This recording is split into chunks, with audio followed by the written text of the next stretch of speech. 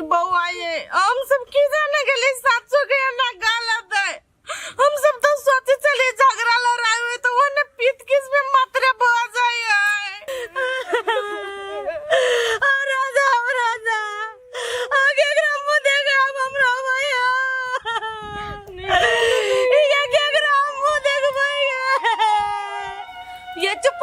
तई दिन में जका न रही नहीं झगड़ा करू त यहाँ तो हमरा गलती देली अब लू ना मर गेल नहीं आके घर वाला मरला तो ओइमे सबसे बड़का हाथ यहाँ के हब ये भौजी झगड़ा लड़ाई कौन घर परिवार में नहीं हुए आए आए अब वो इन्हें समझावे के हक तो सही समाज के रहे ना लेकिन वो दिन कल आए हमर बाबू मर गेल तो तमाशा देख लिए सब ठीक है बुआ हमने जाने चलिए जे दिन ना झगड़ा लड़ाई करबे तो हमर घर वाला सही में फांसी लाग जाता बुआ आज ओते बज छी हम की जाने गेलिए कोनो घर वाली में झगड़ा होए तो वाला कोई तरी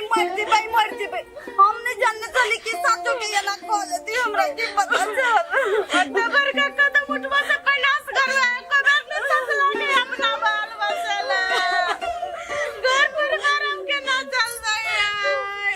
अब गलना खिंचला से कुछ नहीं होता है दाह संस्कार के लगी मर्द पुरुष के बुलावा चलो